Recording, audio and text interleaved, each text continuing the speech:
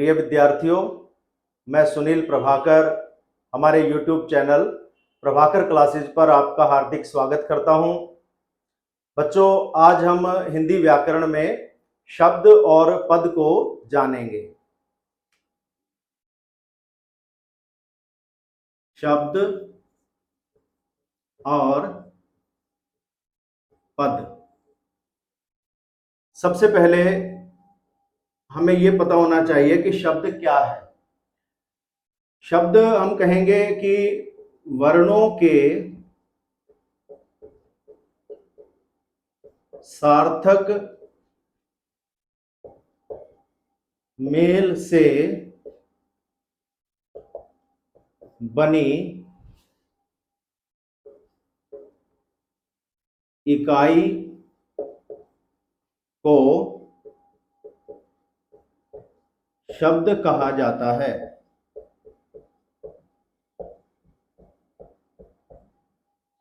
यानी वर्ण यानी कि स्वर और व्यंजन। स्वरों और व्यंजनों को मिलाने से जो एक सार्थक इकाई बनती है, जो एक अर्थ देती है, उस इकाई को हम शब्द कहते हैं।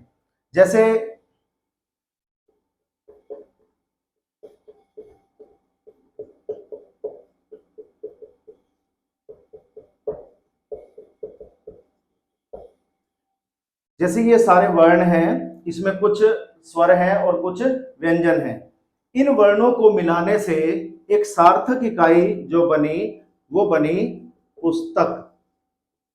तो इस सार्थक इकाई को हम शब्द कहते हैं। शब्द क्या होता है? शब्द भाषा की सबसे छोटी इकाई है, लेकिन सबसे छोटी इकाई ऐसे नहीं, सार्थक। अगर हम बात करें कि भाषा की सबसे छोटी इकाई, लघुत्तम इकाई, तो वो है वर्ण। लेकिन जब हम कहते हैं कि भाषा की सबसे छोटी सार्थक इकाई या अर्थवान इकाई, तो वहां हम कहते हैं शब्द। बच्चों, ये दोनों ही भाषा की सबसे छोटी इकाई है, लेकिन इनमें अंतर है। ये भाषा की सबसे छोटी इकाई, इसमें सार्थक नहीं होगा। इसमें होगा कि भाषा की वह सबसे छोटी इकाई जो सार्थक हो, जिसका कोई अर्थ हो, तो उसे हम शब्द कहते हैं। ठीक है। शब्द क्या है? जब शब्द वाक्य से बाहर होता है और स्वतंत्र रूप से प्रयुक्त होता है, तो उसे शब्द कहा जाता है। और जब उसी शब्द को हम वाक्य के अंदर प्रयुक्त कर देते हैं, तो वह शब्द किसी न किसी व्याकरणिक इकाई का कार्य करता है।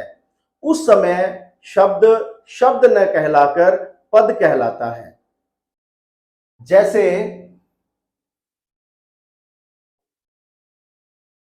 लड़का, ये वर्णों के मेल से बनी एक सार्थक इकाई है और अभी यह स्वतंत्र है, अभी यह वाक्य में प्रयुक्त नहीं हुआ। इसी स्वतंत्र इकाई को हम शब्द कहते हैं। और पद क्या है? पद जब यही शब्द वाक्य के अंतर्गत आ जाता है, वाक्य के अंदर प्रयुक्त होता है, तब इसी शब्द को हम पद कहते हैं। जैसे लड़का पुस्तक पढ़ता है, या लड़के ने पुस्तक पढ़ी, या लड़कों ने पुस्तक पढ़ी, या इस तरह से लड़कों पुस्तक पढ़ो।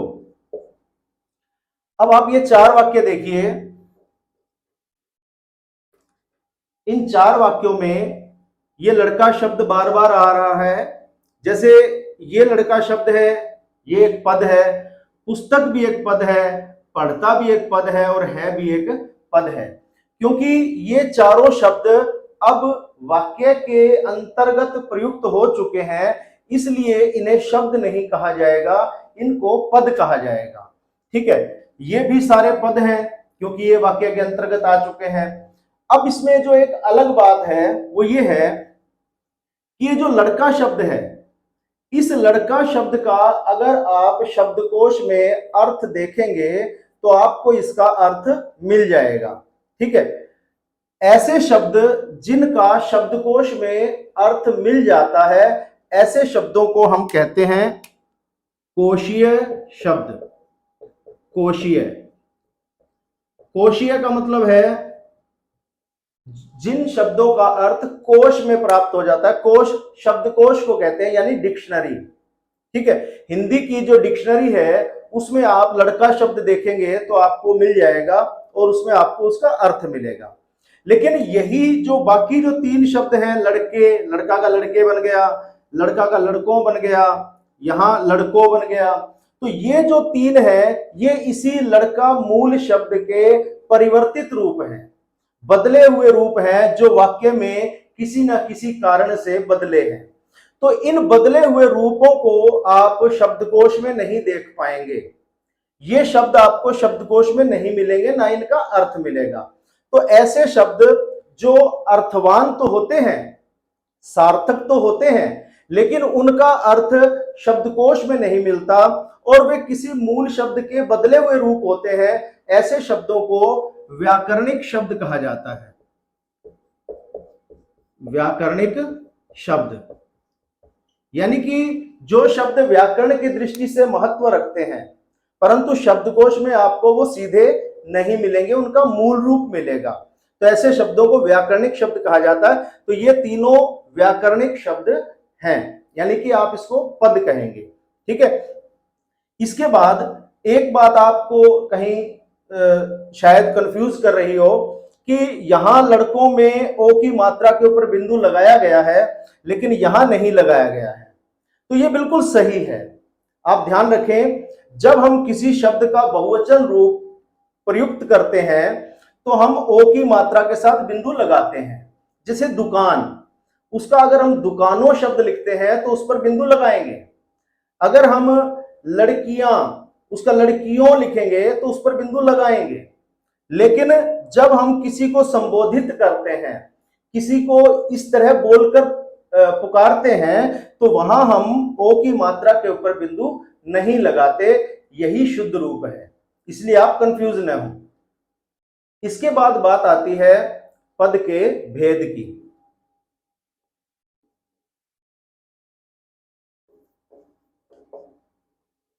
बच्चों, पद के 5 भेद होते हैं। नंबर 1 संज्ञा,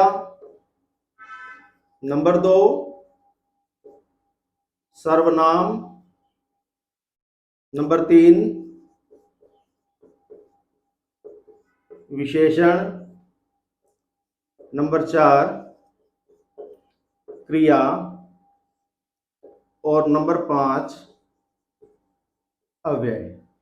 ठीक है, इनमें से जो पहले 4 हैं, संज्ञा, सर्वनाम, विशेषण और क्रिया, ये चारों विकारी होते हैं, विकारी। और ये जो 5वां भेद है ये अविकारी होता है। विकारी या अविकारी का मतलब क्या है? मतलब ये है कि संज्ञा, सर्वनाम, विशेषण और क्रिया, ये 4 इस प्रकार के पद हैं जिनके रूप में परिवर्तन आ जाता है। ठीक है, चाहे वो लिंग के आधार पर हो, वचन के आधार पर, काल, कारक या पुरुष के आधार पर इन शब्दों का रूप बदल जाता है, इसलिए इन शब्दों को विकारी शब्द कहा जाता है। और अव्यय जो होते हैं इनमें लिंग, वचन, काल, कारक, पुरुष आदि के कारण कोई परिवर्तन नहीं होता, इसलिए इन्हें अविकारी कहा जाता है। अब आप एक बात और देखिए कि जो शब्द हैं और जो पद हैं, इनमें एक अंतर आपको मुख्य रूप से और दिखाई देगा। वो क्या है कि शब्द भाषा की सार्थक इकाई है, अर्थ देती है, लेकिन शब्द के बारे में, शब्द को देखकर आप निश्चित रूप से ये नहीं बता सकते कि यह शब्द संज्ञा है या विशेषण है या क्रिया विशेषण है या विस्मयादि बोधक है। आप नहीं बता पाएंगे स्पष्ट रूप से। शब्द जब वाक्य के अंतर्गत आता है पद के रूप में, तब उसका रूप स्पष्ट होता है कि वह भाववाचक संज्ञा के रूप में कार्य कर रहा है या व्यक्तिवाचक संज्ञा के रूप में या विशेषण के रूप में, क्रिया के रूप में या अव्यय के रूप में। मैं एक उदाहरण देकर आपको समझाता हूं। जैसे ये शब्द है संतोष। अब कोई आपसे ये पूछे कि संतोष शब्द व्याकरण की दृष्टि से क्या है। अब आप कहेंगे कि संतोष शब्द, संतोष तो किसी महिला का नाम है, तो ये व्यक्तिवाचक हो गया। ठीक है, व्यक्तिवाचक संज्ञा हो जाएगा। संज्ञा का टॉपिक हम अपनी अगली वीडियो में पढ़ेंगे। दूसरा, कोई कहेगा कि संतोष तो एक भाव है कि पिता पुत्र की सफलता को देखकर पिता को संतोष हुआ, तो ये भाववाचक संज्ञा भी हो सकती है।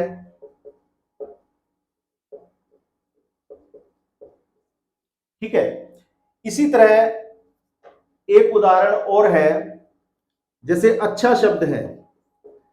अच्छा शब्द क्या होगा? अच्छा शब्द विशेषण हो सकता है।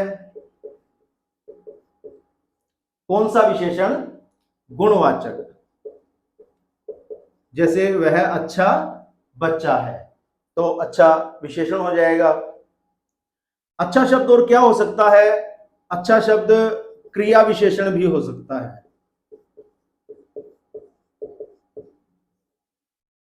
जैसे वह अच्छा लिखता है।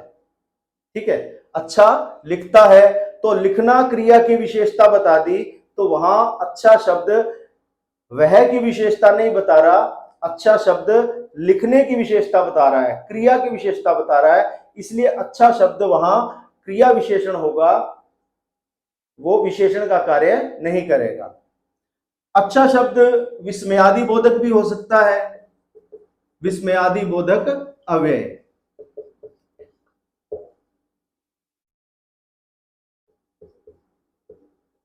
कैसे हो सकता है?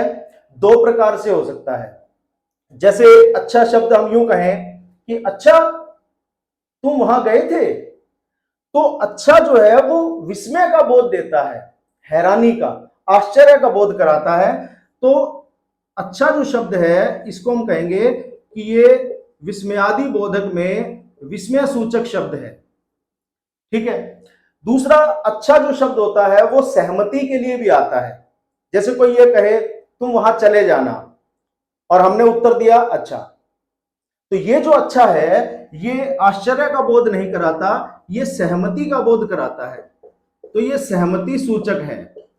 लेकिन सहमति सूचक और विस्मय सूचक दोनों ही विस्मयादि बोधक के अंतर्गत आते हैं, तो अच्छा शब्द विस्मयादि बोधक भी है।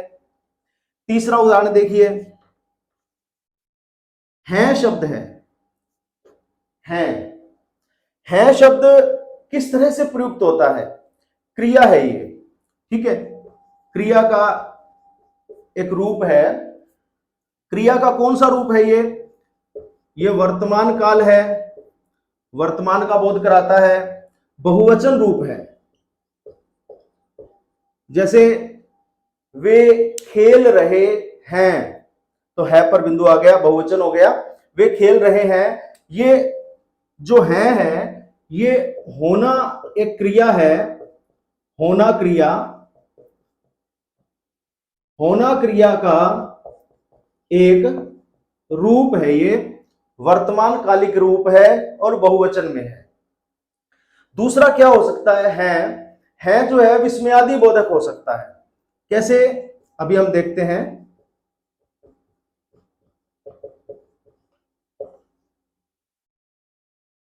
विस्मयादि बोधक अव्यय। विस्मयादि बोधक अव्यय में यह विस्मय सूचक हो सकता है। जैसे है तुमने सर्कस देखी थी? तो ये जो है ये विस्मय का बोध कराता है, आश्चर्य का बोध कराता है। अगर हम इन बातों को देखें ध्यान से तो हमें पता लगेगा कि ये जो पद मैंने दिखाए हैं आपको या शब्द दिखाए हैं, ये शब्द के स्तर पर अलग अलग रूप हो सकते हैं इसके, ये अलग अलग व्याकरणिक शब्द हो सकते हैं। जैसे ये संतोष शब्द व्यक्तिवाचक भी है, भाववाचक भी है। व्यक्तिवाचक किस तरह से होगा? जैसे हम कहें कि संतोष अपने घर चली गई, तो इसका मतलब है कि संतोष शब्द किसी महिला के नाम के रूप में प्रयुक्त हो रहा है, तो व्यक्तिवाचक हो गया। और भाववाचक का मैंने रूप बताया ही था कि पुत्र की सफलता से पिता को बहुत संतोष हुआ, वो एक भाव है, ठीक है, तो इसलिए भाववाचक हो गया। तो ये सारे रूप मैंने बता दिए। अब जब ये वाक्य में प्रयुक्त होते हैं, जैसे इसी का संतोष का ही एक वाक्य बना लो कि संतोष ने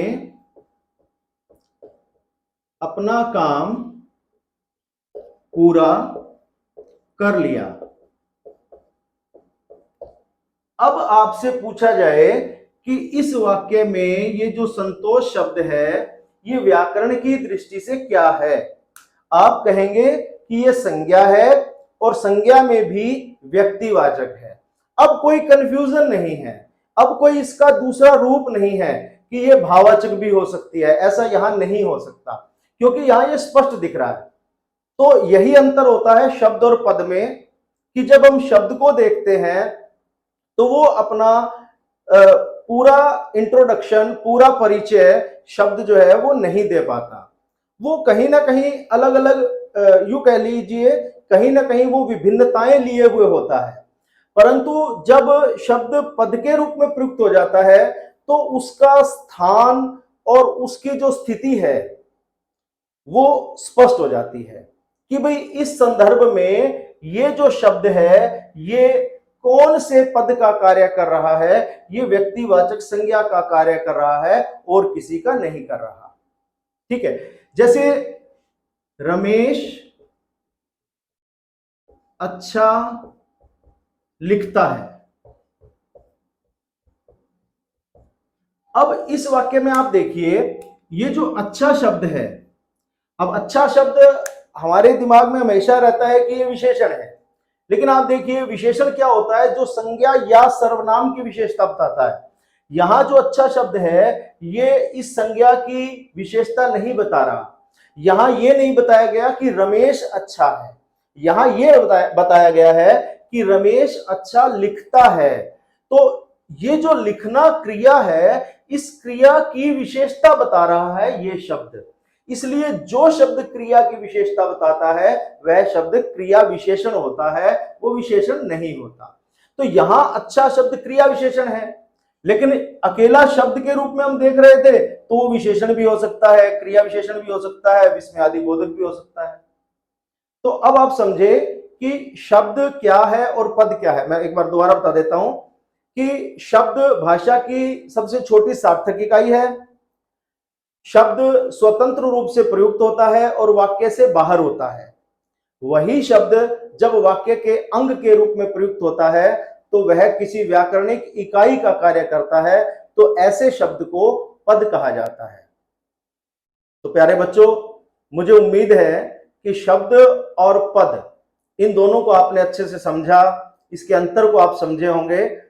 अब हम अगली वीडियो में अगले टॉपिक के साथ फिर मिलेंगे। धन्यवाद।